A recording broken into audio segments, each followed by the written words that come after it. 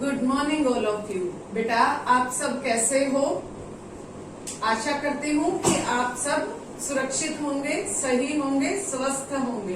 ठीक है बेटा, कल हमने बेटा मैथिली शरण गुप्त जी के बारे में पढ़ा था और बेटा उनकी जीवनी के बारे में मैंने बताया था, उनकी साहित्यिक रचनाओं के बारे में मैंने जानकारी दी थी।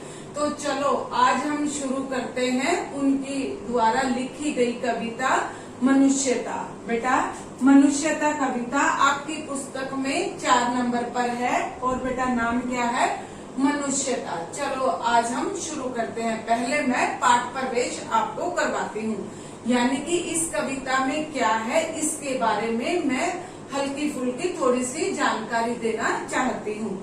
हाँ जी, प्रकृति के वन्य प्राणियों की तुलना में मनुष्य में चेतना शक्ति की प्रबलता अधिक होती है।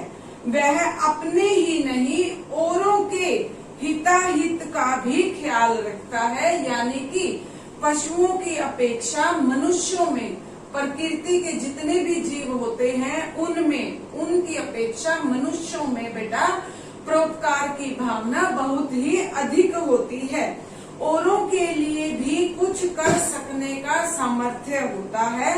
पशु कैसा होता है? वो स्वयं ही चरता है, यानी कि अपने आप ही वो चरता है, अपने लिए ही चरता है। लेकिन मनुष्य क्या है? वो स्वयं भी खाता है और दूसरों को भी खिलाता है। कहने का भाव है कि मनुष्यों के भीतर परोपकार की भावना होती है। हाँ जी, पर मनुष्य ऐसा नहीं बेटा। जो जानवर होता है वो स्वयं अपने लिए चरता है, पर मनुष्य ऐसा नहीं करता। वह जो कमाता है, जो भी कुछ उत्पादित करता है, वह औरों के लिए भी करता है, औरों के सहयोग से ही करता है।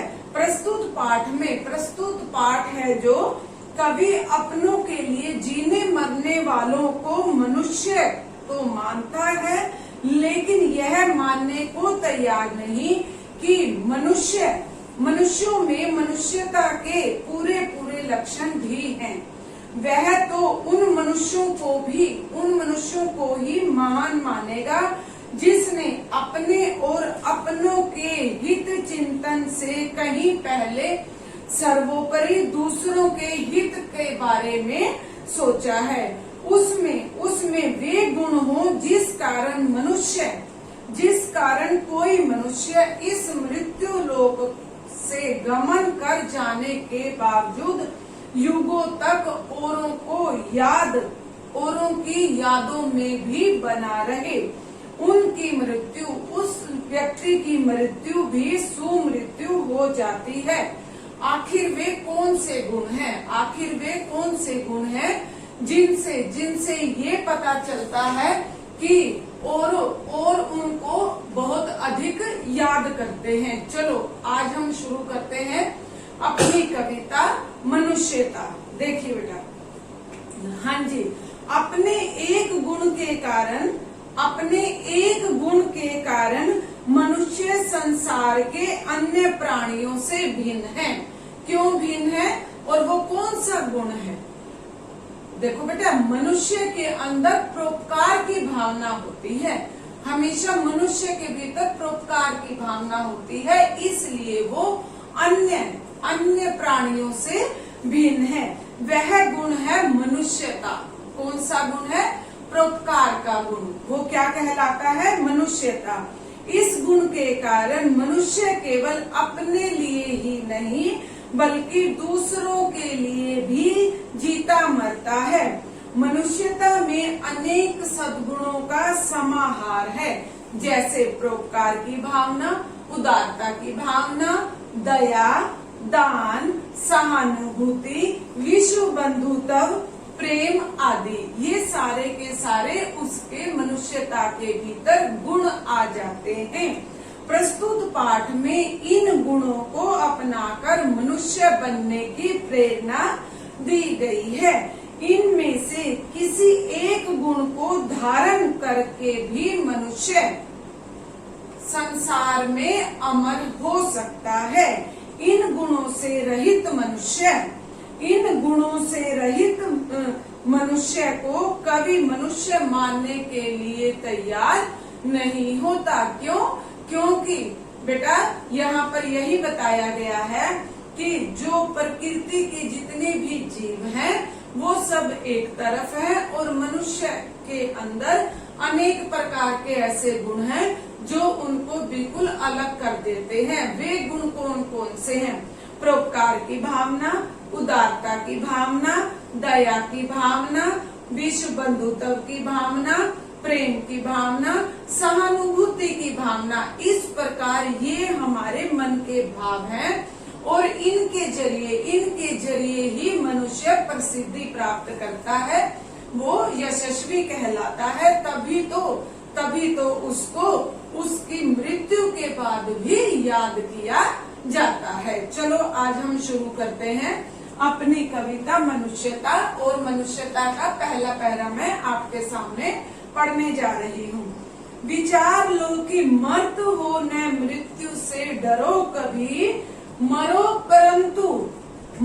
परंतु यूं मरो कि याद जो उसे करे सभी, हुई न हो सु मृत्यु तो वृथा मरे वृथा जिए, मरा नहीं वही कि जो जिया न आपके लिए, वही पशु वृत्ति है कि आप ही चरे, वही मनुष्य है कि जो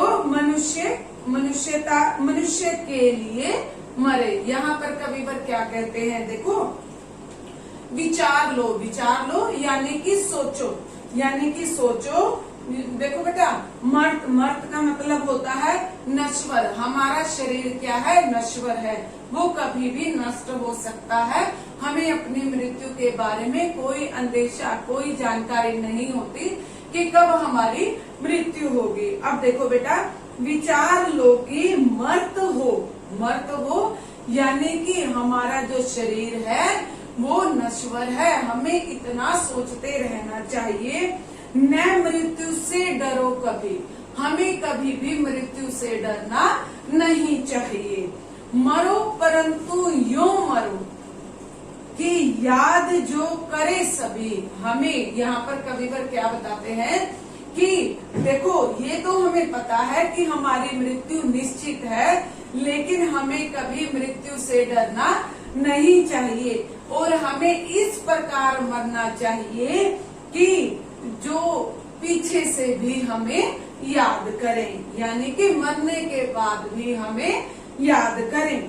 हुई न यूं सु मृत्यु तो वृथा मरे वृथा जिए, यानी कि अगर हमारी मृत्यु अच्छी नहीं होती तो हम वृथा जिए, यानी कि बेकार में ही जिए और बेकार में ही मर गए। यदि हमने समाज के लिए कोई अच्छा कार्य नहीं किया तो इट मीन्स हम बेकार में ही इस धरती पर बोझ बने रहे। ठीक है बच्चे? हाँ जी, वही पशु वृत्ति, मरा नहीं वही कि जो जिया न आपके लिए, और उसका मरना नहीं रह जाता जो स्वयं के लिए जीता है। वही पशु वृत्ति की आप ही चले। हमें पशुओं की भांति नहीं जीना। पशु कैसे होते हैं? पशु ऐसे होते हैं कि वो स्वयं अपना पेट भरने के लिए वो खुद ही चरते रहते हैं, औरों के बारे में नहीं सोचते। वही मनुष्य जो मनुष्य के लिए मरे। मनुष्य वही है जो मनुष्य के काम आए, दूसरों के काम आए। यहाँ पर कवि कहता है, हे मनुष्यों, यह अच्छी प्रकार से विचार कर लो कि मानव जीवन कैसा है, वो नश्वर है, यानी कि एक दिन मनुष्य के शरीर को नष्ट हो जाना है। अतः मृत्यु तो सबकी निश्चित है। यदि मृत्यु निश्चित है तो तुम्हें डरना नहीं चाहिए, बल्कि ऐसे गौरवशाली मृत्यु प्राप्त करनी चाहिए कि मरने के बावजूद भी कोई आपको याद करे। हाँ जी, ऐसी मृत्यु को सुमृत्यु कहा जाता है। यदि तुम्हें ऐसी गौरवशाली मृत्यु प्राप्त नहीं हुई तो तुम्हारे लिए जीने और मरने का कोई मकसद नहीं है। जीना और मरना तुम्हारा व्यर्थ है। सुमृत्यु परोपकार से प्राप्त होती है। सुमृत्यु यानी कि अच्छी मृत्यु हमेशा परोपकार से प्राप्त होती है, क्योंकि जो अपने लिए नहीं बल्कि दूसरों के लिए जीता है वह मर कर भी नहीं मरता। परोपकारी अमर हो जाता है। परोपकारी अमर हो जाता है। केवल अपने लिए ही जीना तो पशु के समान है, पशु के व्यवहार के समान है। मनुष्य तो वही है जो मनुष्य के लिए ही जीता मरता है, यानी कि औरों के हमें काम आना चाहिए। हाँ जी, देखो बेटा, ये पहला पहरा है। पहले पहरे में यही बताया गया है कि किस प्रकार हमारा जो शरीर है वो बना है, वो नश्वर है, हमें एक दिन नष्ट हो जाना है, खत्म हो जाना है। उससे पहले हमें समाज के लिए अच्छे कार्य करने चाहिए। यदि हम अच्छे कार्य करेंगे तो लोग हमें अमर कर देंगे, यानी कि लोग हमें याद रखेंगे। जब लोग हमें याद रखेंगे तो हम अमर हो जाएंगे, न कि हमें पशुओं की भांति ऐसा नहीं करना चाहिए कि हमें अपने अपने बारे में ही सोचना चाहिए। ठीक है बच्चे। अब बेटा दूसरा पहरा करवाती हूँ मैं। हाँ जी, उसी उदार की कथा सरस्वती बखानती, उसी उदार से धरा कृतार्थ भाव मानती, उसी उदार की सदा सजीव कीर्ति गूंजती, तथा उसी उदार को समस्त सृष्टि पूजती। अखंड आत्म भाव जो असीम संसार में भरे, वही मनुष्य जो मनुष्य के लिए मरे। हाँ जी, यहाँ पर कविवर क्या कहते हैं?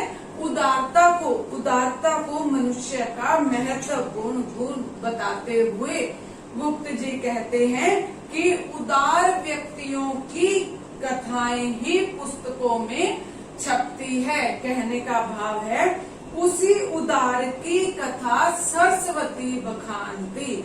अगर कोई व्यक्ति उदारता का भाव रखता है तो कवि लेखक उस व्यक्ति को क्या कर देते हैं?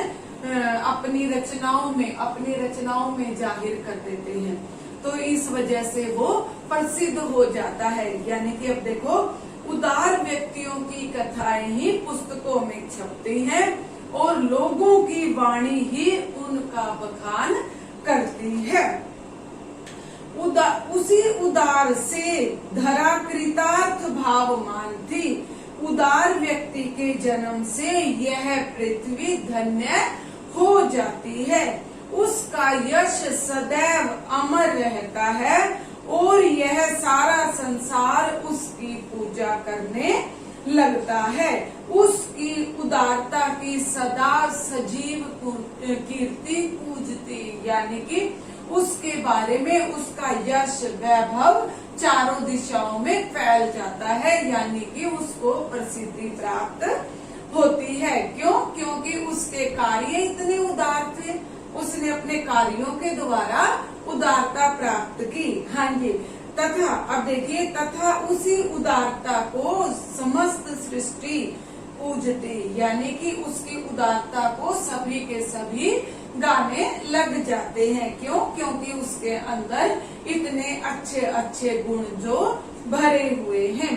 अखंड आत्म भाव जो असीम विश्व में भरे, वही मनुष्य जो मनुष्य के लिए मरे। यहाँ पर कविवर क्या कहते हैं कि इसका कारण यह है कि उदार व्यक्ति अपने उदारता के कार्यों से संसार में विश्व बंधुत्व की भावना पैदा करता है और मित्रता के भाव उत्पन्न कर देता है।